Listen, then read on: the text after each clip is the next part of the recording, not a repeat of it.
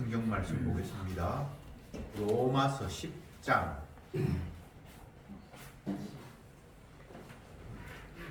5절에서 10절까지 교독하겠습니다.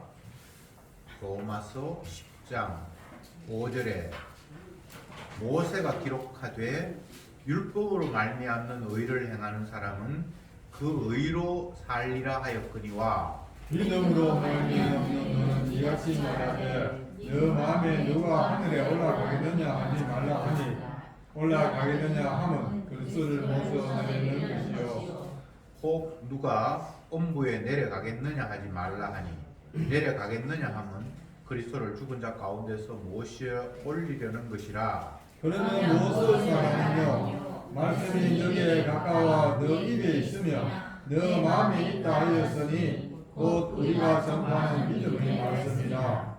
네가 만일 네 입으로 예수를 주로 시인하며 또 하나님께서 그를 죽은 자 가운데서 살리신 것을 네 마음에 믿으면 구원을 얻으리니 사람이 마음으로 믿어 의에 이르고 입으로 시인하여 구원에 이르느니라. 아멘. 아멘. 지난주에 1절부터 4절까지 봤는데 그 내용을 잠깐 말씀을 드리자면 바울이 유대인들을 향해서 하는 이야기가 당신들은 하나님을 사랑하는 열심이 있다고 해서 열심을 내는데 그게 제대로 된 그 지식을 바탕으로 한 게 아니다. 뭔가 잘못 생각하면서 열심을 내었다. 그 결과 어떻게 됐는가 하면 자기가 열심히 율법을 지키고 힘쓰고 애썼다라는 그걸 드러내고 자랑하다가 결국은 하나님의 이루신 의를 짓밟아 버리는 그런 결과를 낳았다. 이렇게 이야기를 한 것이 지난주에 본문의 내용이었습니다. 오늘은 거기에 이어서 계속 말씀을 이야기하는데 모세가 기록한 율법, 구약 전체를 이야기합니다. 구약 전체를 모세가 다 기록한 건 아닌데 여기서 모세가 기록한 율법을 이야기했을 때는 너희들이 갖고 있는 그 성경, 구약 전체, 선지자의 이야기 전체가 율법으로 말미암아 의를 행하는 사람은 그 의로 말미암아 산다라고 했는데 이렇게 이제 이야기를 합니다.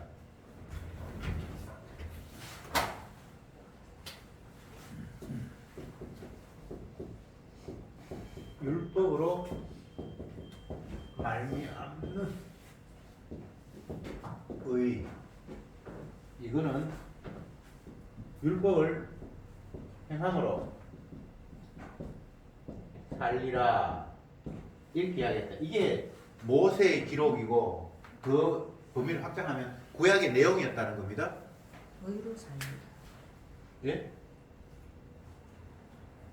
행하는 사람은 의로 살리라. 율법으로 말미암는 의를, 율법으로 말미암는 의라는 게 있는데 그것은 율법을 행함으로 산다. 이렇게 모세의 율법에 기록했다는 거예요. 그런데 이제 그것을 지난주에 본문을 연결시키면 하나님에 대한 지식이 제대로 없고 무턱대고 열심을 냈다는 거예요. 이것과 이제 연관이 있죠. 모세가 기록할 때 분명히 내가 준 말씀, 내가 준 율법, 이건 뭐 물론 모세가 준 게 아닙니다. 하나님께서 이스라엘 백성들에게 준 율법, 그걸 온전히 순종하면 너희가 산다라고 그렇게 기록했다. 그걸 바울이 부정하는 건 아니에요. 근데 그게 너희들이 생각하는 것처럼 그런 의미로 흘러가는 건 아니다라고 반론을 제기하면서 6절에 뭐라고 이야기하는 거면 믿음으로 말미암는 의는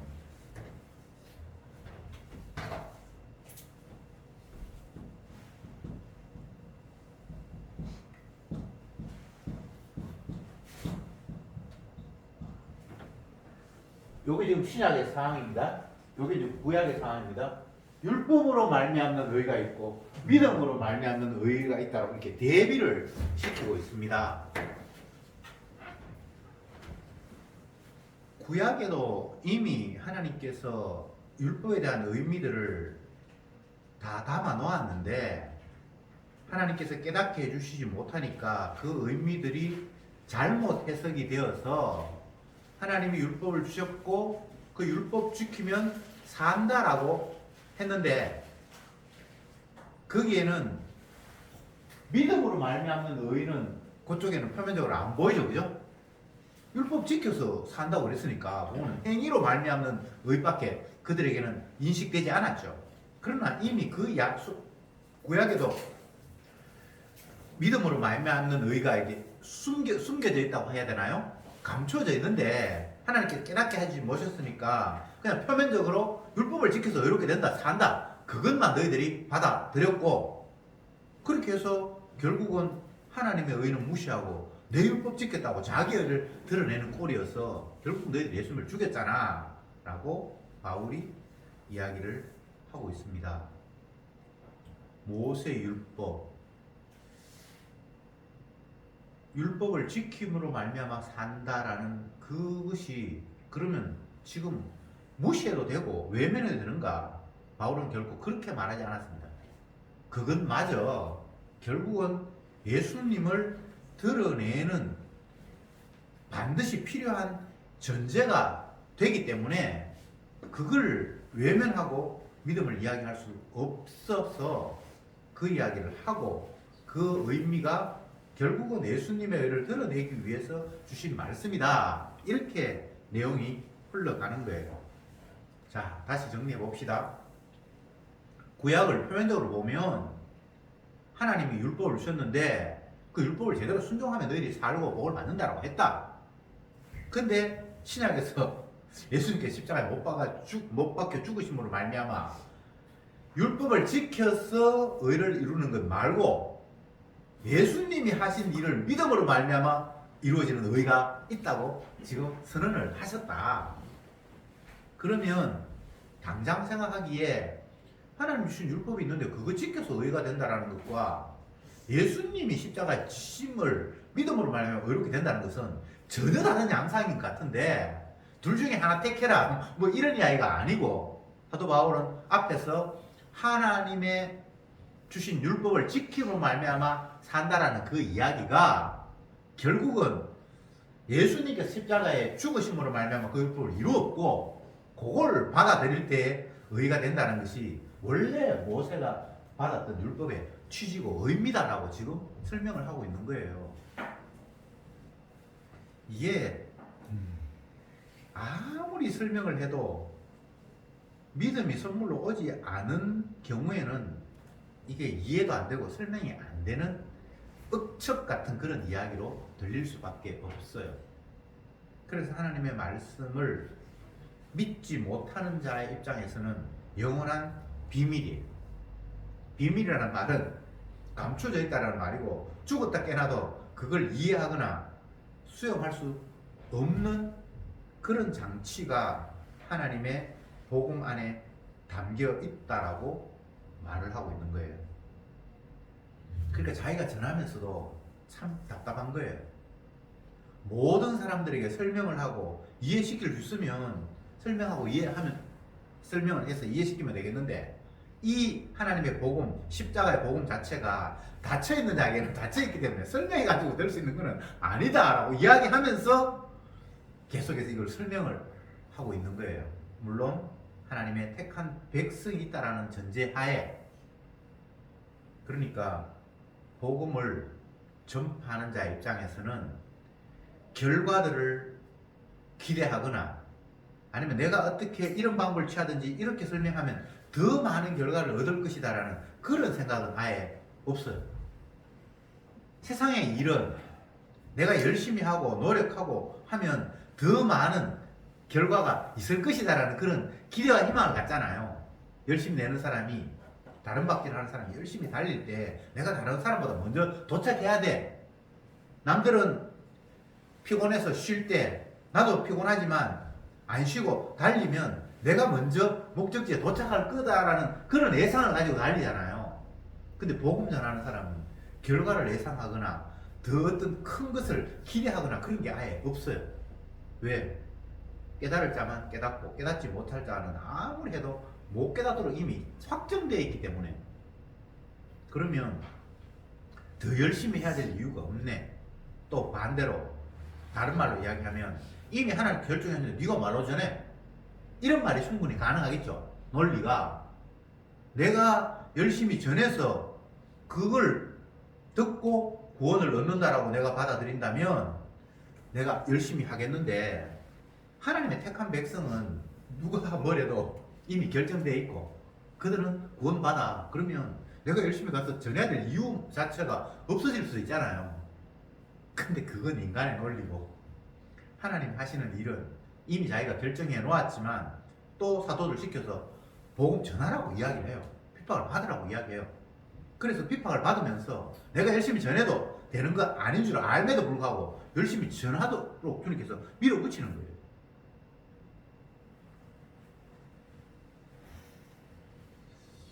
어제 사도행전을 이제 다시 처음부터까지 봤는데,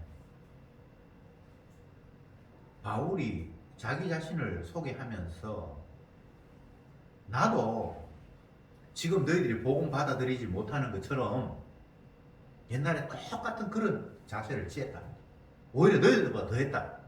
예수 믿는 사람 잡아 죽이려고 내가 혈안이 되어서 돌아다녔고, 심지어 내가 죽이기도 했고 뭐 옥에 가두기도 했고 뭐 별짓을 다 했는데, 그 일 하다가 결국은 예수님 앞에 꺾이고 말았다.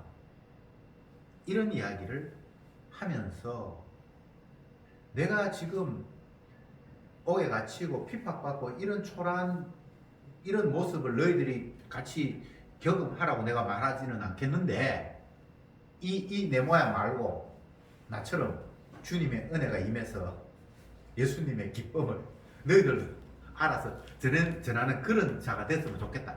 이런 이야기를 바울이 해요. 그런데 뭐 사도행전에는 주님의 능력으로 복음을 받아들이는 이야기들이 많이 있습니다만 그게 굉장히 지역적이고 부분적이에요. 전체 다가 뒤집어지고 그런 게 아니에요. 그 많은 상황 가운데 일부가 주님 받아들여가지고 막 자기처럼 기뻐하고, 근데 더 많은 세력들이 그들을 억압하고 핍박하고 때리고 옥에 가두고, 이게 사도행전의 이야기잖아요. 우리가 사도행전을 잘못 읽으면 성령 받아서 엄청난 일이 벌어지는 것처럼, 세상이 완전히 뒤집어지는 것처럼 그렇게 생각하는데 굉장히 지역적이고 부분적이에요. 바뀌는 일은. 예루살렘 교회가 뭐 온 사람들이 자기 재산을 갖다 내고 뭐 별별 일들을 쓴 게 많이 기록했는데 그게 굉장히 지역적이라고요. 예루살렘에 수많은 사람이 있는데 그렇게 한 사람이 몇 명이 안 돼요. 잘못 읽으면 엄청난 뭐 대개혁이 일어나서 세상 전체가 바뀌는 것처럼 그렇게 느껴지는데 그게 아니라니까. 저 넓은 지역 가운데 수많은 사람 가운데 일부가 그렇게 뒤집어지고 바뀌어지는 이야기가 사도행전에 기록이 되어 있는데, 더 많은 세력들은 복음을 억압하고 짓누르고 복음 전하는 사람을 죽이려고 하다가 결국은 로마의 시민이라는 것 때문에, 그리고 바울이 로마에 가야 된다라는 사명감 때문에 내가 여기에서 심판받지 않고 로마에 가서 판결을 받겠다 해서 그쪽으로 끌려가는 이야기들. 근데 뭐 끌려갔어도 막 돌아다니면서 광장에 모아놓고 유명한 부원 강사처럼 그렇게 하는 게 아니고, 자기 재판받기 전에 자기 어떤 특정한 집에 구금되어 있는 상태예요. 가택연금 알죠? 집 밖에는 벗어나지 못하고 집 안에 그냥 재판받기 전에 있는 그 상태에서 자기를 찾아오는 사람들에게 복음을 전해요. 그게 뭐 대단한 거 아니잖아요. 근데 와서 듣는 사람들도 아멘 하면서 다 꺾어지는 게 아니고 이씨 개소리하고 앉아있네, 이런 사람이 훨씬 많고, 그 가운데 또 한두 사람은 받아들이고, 그게 사도행전의 기록이에요. 그러면서 바울이 하는 고백이, 선지자 이사야가 구약에 했던 말이 진짜 틀린 말이 아니네. 복음을 전하면서 이사야는 뭐라고 이야기합니까? 너희가 듣기는 들어도 깨닫지 못하고 보기는 봐도 알지 못하게 하기 위해서 하나님이 나를 보냈다라고 이야기를 했는데, 그 말 진짜 맞다. 이 말은 어떤 의미입니까? 열심히 전했는데 아무도 거의 뭐 개무시한다라는 이런 뉘앙스잖아요.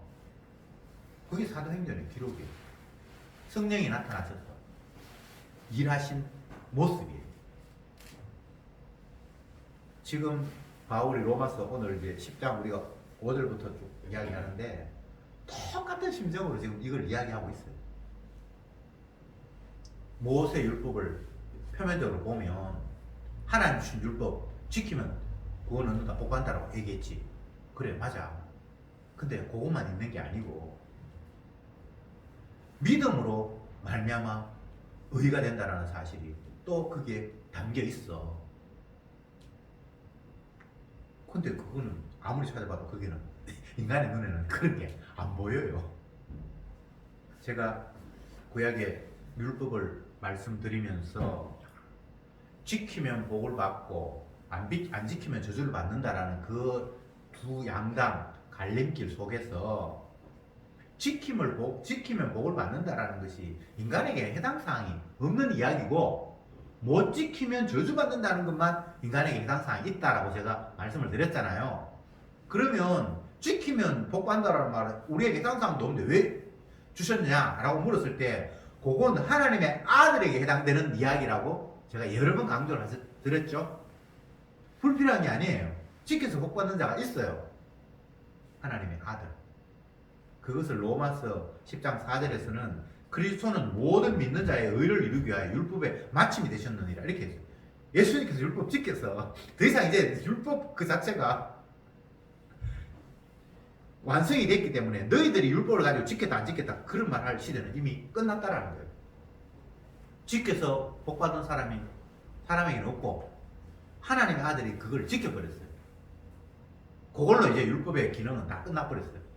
왜냐하면 예수님에게 가는 자가 이제 복을 받게 되는 그런 구도로 이제 전환이 되어버렸기 때문에 이게 신구약 성경을 읽으면서 늘 바탕에 우리에게 뼈대처럼 딱 깔려 있어야 돼. 그래야지 어떤 말씀을 들어도 그 바탕 위에서 말씀이 제대로 해석이 되는 거예요. 율법을 지켜요. 인간은 못 지켜요. 로마서에서 계속해서 강조하는 내용이 율법은 너희들이 지키라고 준 용도가 아니고 그건 하나님의 아들이 지켜서 다 완성하는 거고 너희들은 그 율법 앞에서 우리는 율법 못 지키는 자구나. 율법 못 지키면 어떻게 되죠? 저주받는 거잖아요. 우리는 저주받을 자구나를 확인시키기 위해서 율법을 주셨다는 거예요. 이것을 로마서에 어떻게 표현됐습니까? 율법은 모든 입을 막고 인간이 그 앞에서 뭔데 복받니 구원받니 그런 쓸데없는 소리 입 닫게 만들고 하나님이 심판하는 것이 정당하다라고 선언하는 것 그게 율법의 목적이다. 율법 앞에 모든 사람이 죄인 되었고 심판받아 당연하다라는 것을 보여주기 위해서 율법을 주셨다라고 바울이 이야기함으로 말미암아 유대인들이 나는 뭐 1회 2번 금식했습니다. 11조 했습니다. 구제했습니다. 이따위 소리. 그래서 나는 복을 받는 게 당연합니다라는 그런 생각 자체가 얼마나 교만한 일인가를 바울이 계속해서 복음을 전하면서 설파하고 있습니다. 오늘날도 예외가 아닙니다. 주님의 복음을 선물로 믿음을 선물로 받지 못한 사람은 신약을 읽으면서도 꼭 그런 구도를 가져요. 하나님께서 이렇게 말씀하셨네.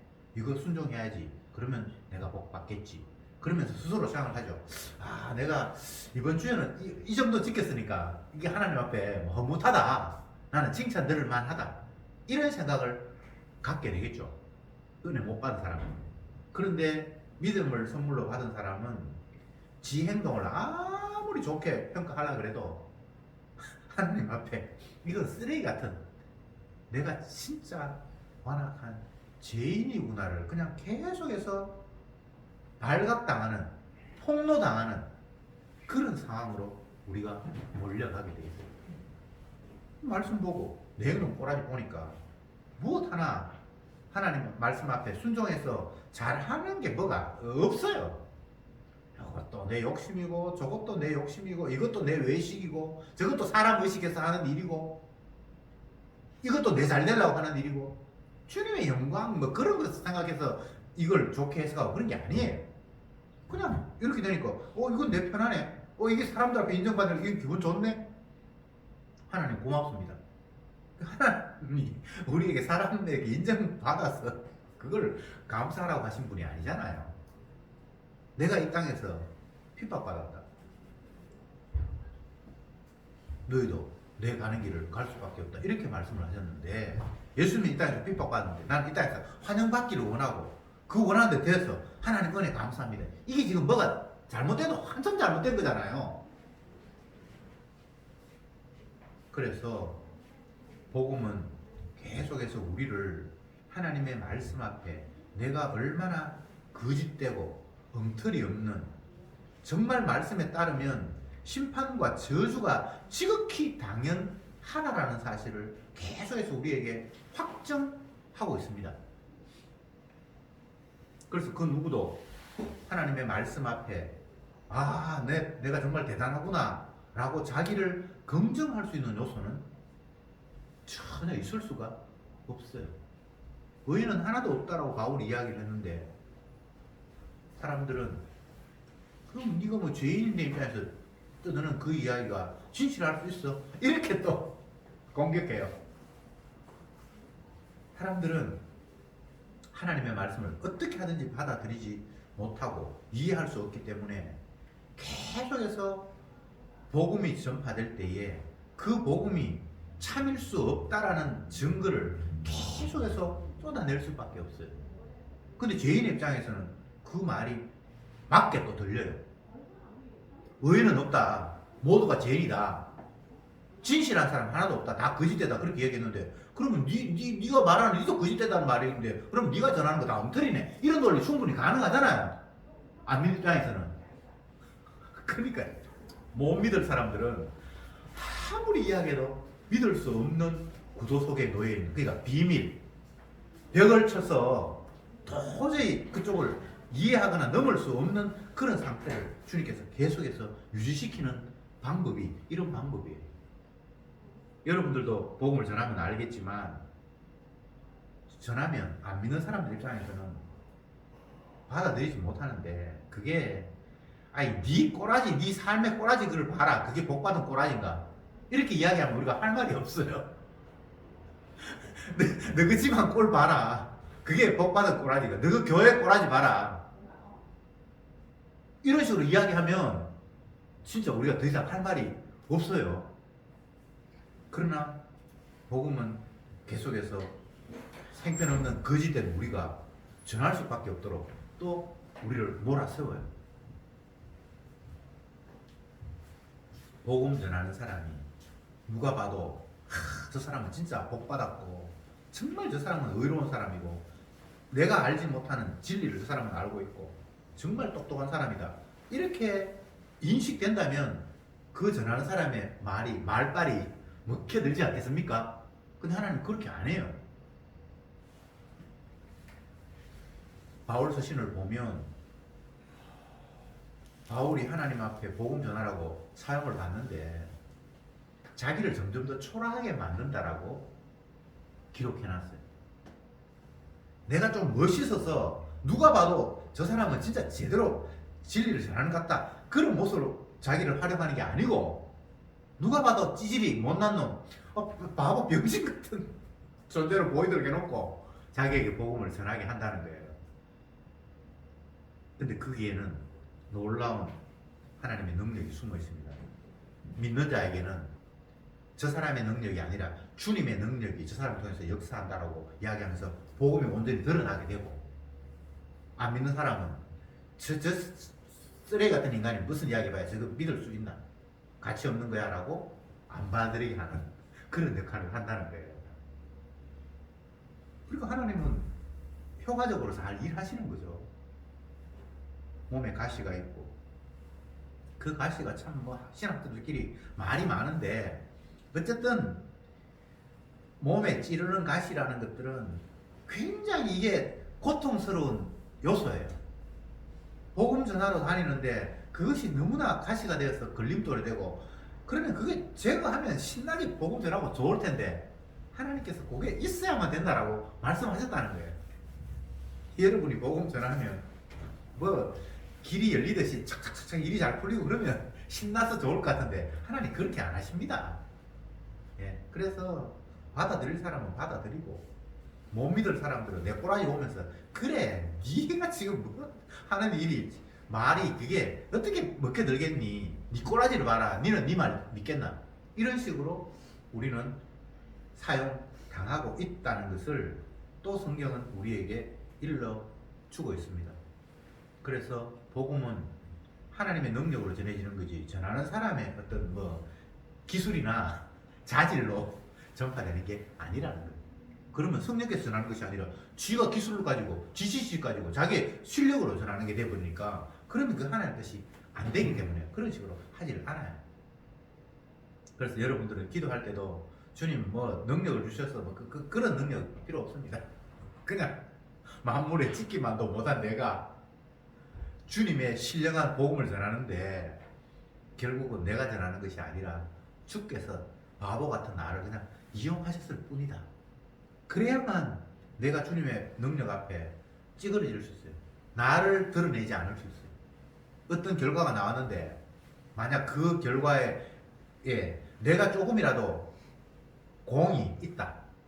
그 하면 홀로 영광 받으시는 하나님의 뜻과 배치가 되기 때문에 그런 식으로 안 해요. 그러니까 여러분들이 오해하는 게 내가 열심히 주님 복음 전하면 주님이 나를 잘 되게 해주겠지 그런 생각은 전혀 반복음이에요. 잘 되는 거 없습니다. 주님만 흥해야 돼. 우리는 그냥 만물에 찍기만도 못하도록 그냥 찌그러져야 돼. 다시 말씀 봅시다. 믿음을 6절에 믿음으로 말미암는 의인은 이같이 말하되 네 마음에 누가 하늘에 올라가겠느냐 하지 말라 하니 올라가겠느냐 하면 그리스도를 모셔 내리는 것이요 누가 음보에 내려가겠느냐 하지 말라 하니 내려가겠느냐 하면 그리스도를 죽은 자 가운데서 모셔 올리려는 것이라. 사도 바울이 구약의 말씀을 신명기의 말씀을 인용을 하는데 구약의 모세는 뭐라고 이야기했는가 하면 하나님께서 이미 우리에게 계명을 통해서 십계명 이런 걸 통해서 말씀을 주셨다. 하나님의 말씀이 하나님이 뭐 저 하늘에 계신다고 해서 그거 올라가가지고 하나님 말씀 주세요라고 받을 필요도 없고 또 아니면 바다 멀리 쫙 건너가 있는 그런 말씀이라고 그곳에 가서 하나님 말씀 주세요라고 할 필요도 없고 이미 너희에게 주어졌다. 이게 지금 내가 이야기하는 이게 하나님께서 주신 말씀이다 라고 이야기를 했거든요. 근데 바울이 똑같은 그 이야기를 인용을 하면서 내용이 약간 달라져요. 누가 하늘에 올라가겠느냐 누가 음부에 내려가겠냐 음부에 내려가겠냐는 말 없고 그냥 바다 건너가서 그 말씀 누가 가져와야만 이해할 수 있냐 그렇게 했는데 이건 이제 음부라고 이야기를 했는데 쉽게 이야기하면 하나님의 말씀은 이미 주님께서 다 우리가 들을 수도 있고 받을 수 있도록 가까이 왔다는 거예요. 지금 왜 이런 이야기를 하는가 하면 하나님의 말씀을 이해할 수 없고 받아들일 수 없는 사람들의 입장에서 하나님의 말씀? 그러면 하나님이 하늘에 계시면 그곳에 가서 우리가 말씀을 받아오면 되지 않겠냐 이런 생각을 할 수 있잖아요. 근데 그게 그렇게 해서 되는 게 아니라 이미 하나님의 말씀은 너희 앞에 와 있는데 하나님께서 깨닫게 해주시지 않아서 못 깨닫는 거지 멀리 있어서 못 깨닫는 게 아니고 그곳에 가서 누가 받아와야 깨닫는 그런 거는 아니라는 거예요. 자 이제 여기에서 우리가 또 다시 한번 생각해 봅시다.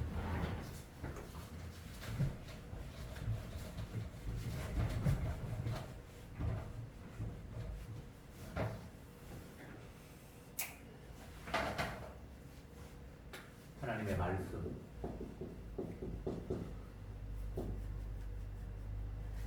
하나님의 말씀은 하나님의 말씀이기 때문에 인간이 이해하거나 받아들이는 것은 원래는 원천적으로 차단되어 있는 거예요. 인간의 말이면 인간이 알아듣죠. 근데 하나님의 말이니까 인간이 이게 못 알아듣게 돼 있어요. 그런데 사람들은 그 못 알아듣는 상황을 어떻게 이해하는가 하면 하나님은 하늘에 계시는 분인데 우리가 하나님 이 땅에 뛰어 내려오시든지 우리가 하늘에 가든지 그렇게 해서 말씀을 받아오면 뭐 이해할 수 있지 라고 이렇게 생각을 하잖아요. 근데 그거는 아니라는 거예요. 이미 하나님께서 우리에게 이 땅에 있는 우리에게 말씀을 다 전해 주셨다. 그런데 이 전해 주셨다고 해도 여전히 못 알아듣는 게 인간의 죄악 때문에 이런 현상이 벌어지고 있다라고 지금 말하고 있는 겁니다. 그러면서 8절에 그러면 무엇을 말하느냐? 말씀이 네게 가까워 네 입에 있으며 네 마음에 있다 하였으니 곧 우리가 전파하는 믿음의 말씀이라. 뭔가 아니라는 거예요. 우리 입에 우리 마음에 이미 하나님 말씀을 다 주셨다는 거예요. 멀었어. 우리가 가서 받아와야 되고 그런 거 아니라는 겁니다. 이미 말씀이 이 땅에 왔고. 그런데 인간들은 계속해서 믿지 못하는 이유를 자꾸만 뭔가 핑계를 만들어요. 이유를 자꾸 만들어요. 왜? 자기 정당성을 주장하려고. 근데 하나님의 말씀은 인간에게 정당성을 주장하는 것이 아니라 내가 죄인이구나라고 드러내는 건데, 사람들은 하나님의 말씀을 가지고 나 이렇게 훌륭해, 난 벌 받을 이유는 없어, 복을 받는 게 내가 당연하지 라고 하나님 말씀을 자기 유리한 쪽으로 계속해서 뭔가를 이렇게 조정하고 편집을 하고 계속 그렇게 만들어내는 거예요.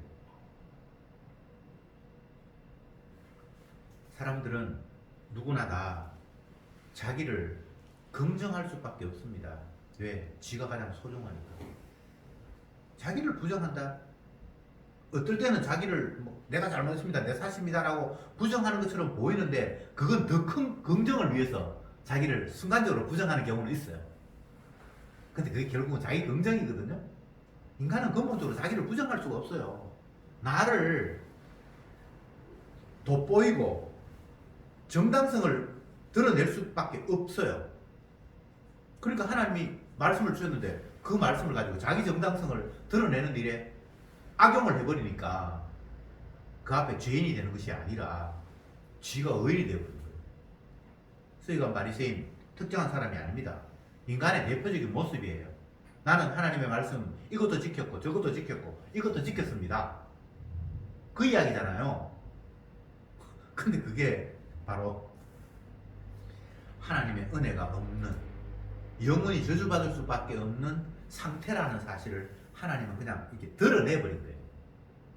하나님의 말씀 앞에 내가 죄인입니다, 나는 하나님의 말씀을 하나도 못 지키구나, 내가 이만큼 하나님의 말씀과는 정반대로 완악한 죄인이구나, 이렇게 깨달아야 되는데 그걸 목적으로 하나님께서 율법을 주셨는데 인간은 그런 방향으로 가는 것이 아니라 나는 이것도 지키고 저것도 지켰네, 근데 저 사람은 영의 형편없네, 나는 진짜 대단한 사람이야, 이런 식으로 하나님의 말씀을 악용해서 이상하게 해석해 버린다 이 말입니다.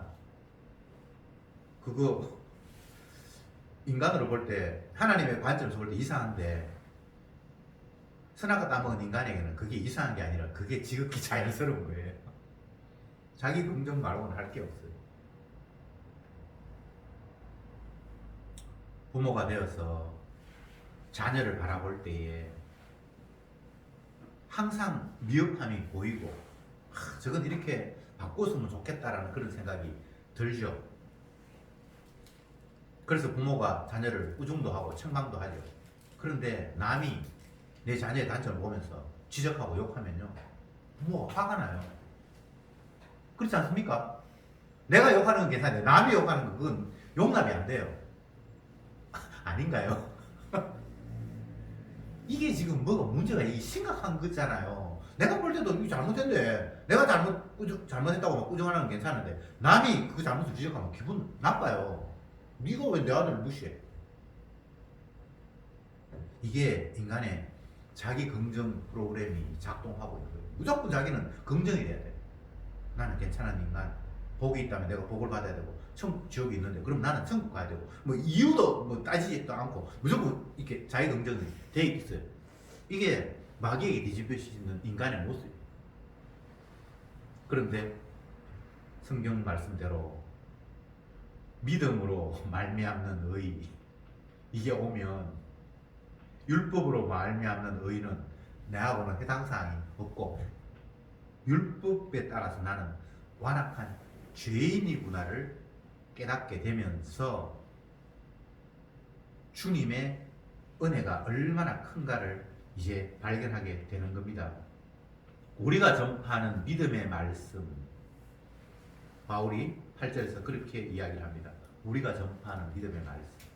이걸 조금 더 설명을 하면 9절에 네가 만일 네 입으로 예수를 주로 시인하며 또 하나님께서 그를 죽은 자 가운데서 살리신 것을 네 마음으로 믿으면 구원을 얻으리니. 여기 이제 예수님의 십자가 죽음을 거론하고 있습니다. 이게 유일한 복음, 하나님의 말씀 앞에서, 율법 앞에서 죄인 되어서 저주받을 수밖에 없다라는 사람에게 유일한 희망은 예수님이 십자가 지셨다라는 거라는 거예요. 다른 거는 율법 앞에 저주받을 수밖에 없는데 뭐 어떤 이야기를 해도 그건 희망이나 기쁨이 될 수가 없습니다. 35분 시간이 많이 갔네. 율법 앞에 인간은 그냥 죄인 되는 것 뿐이에요.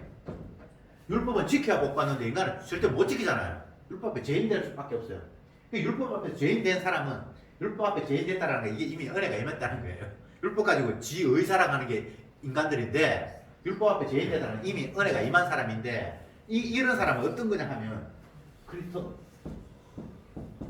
그리스도가 십자가셨다. 이게 유일한 기쁜 소식이라는 거예요. 왜? 내가 받을 저주를 예수님이 대신한 저주가 십자가 죽음이기 때문에 바울이 지금 그 이야기를 하고 있는 거예요. 은혜가 임하지 못한 사람들은 끝까지 하나님의 율법 앞에 지가 율법 지켜서 복 받는 쪽으로 계속해서 나갑니다. 그리고 그 율법을 가지고 자기 정당성을 주장해요. 나는 1에 2번 금식했어, 11조했어, 무죄했어, 기도했어. 계속해서 그 이야기를 할 수밖에 없어요.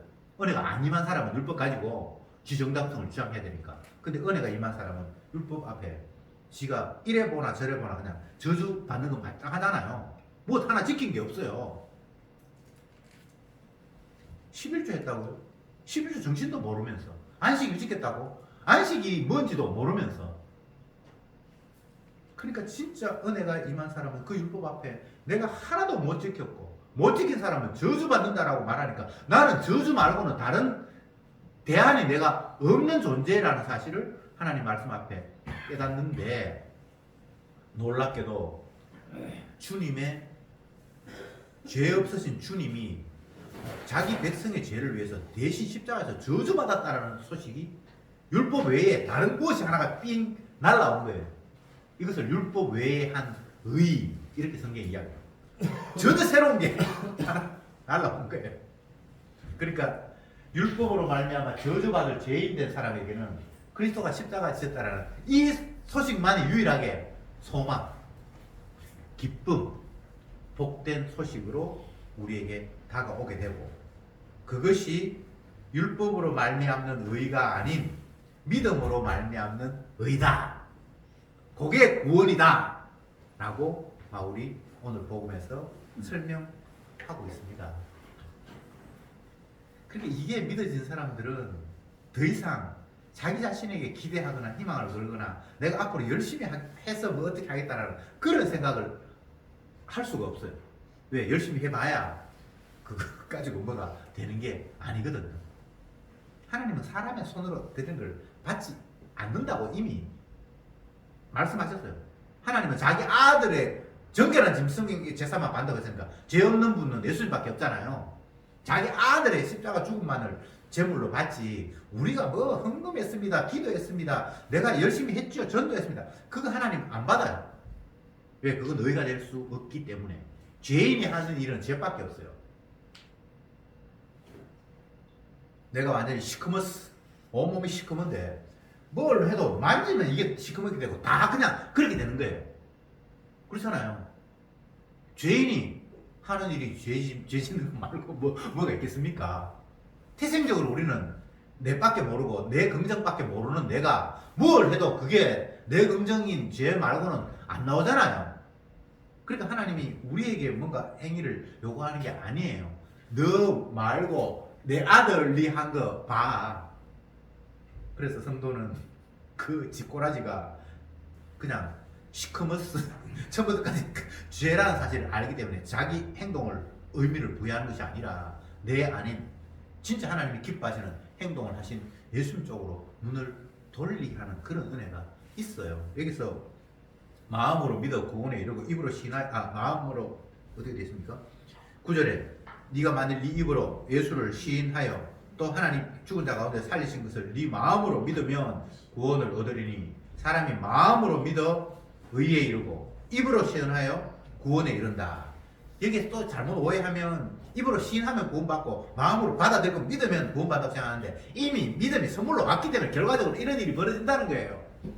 입으로 이야기하고 근데 마음으로 받아들이니까 아멘하고 했어 구원 얻는 게 아니고 구원은 주님의 십자가 능력이니까 그게 자기 택한 백성에게 이 선물로 끼쳐지면 입으로 고백하게 되고 마음으로 믿을 수밖에 없다는 거예요. 그 사람은 이미 구원받았다는 거예요. 그 행동, 자기가 뭐 어떤 행동을 하고 율법을 지키고 안 지키고 그것과 전혀 상관이 없이 이미 주님께서 지키신 것이 그에게 와서 그는 주님의 십자가를 사랑하게 되고 그냥 기뻐하게 되고 한다는 거예요.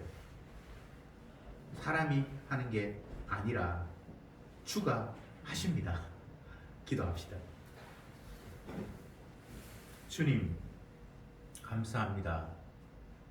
하나님의 말씀 앞에 우리의 모습은 그야말로 완악함, 더러움, 저주와 심판이 합당한 자라는 사실을 말씀을 통해서 저들에게 깨우쳐 주시니 참으로 감사합니다.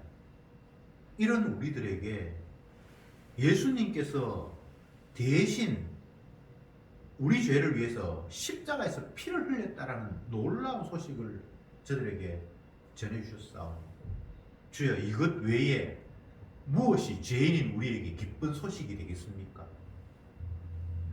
십자가 외에 자랑할 것이 없고 그것 외에 소망이 없다라는 이 놀라운 사실을 저들에게 믿게 하시니 그저 주님의 은혜를 감사 찬양할 뿐입니다.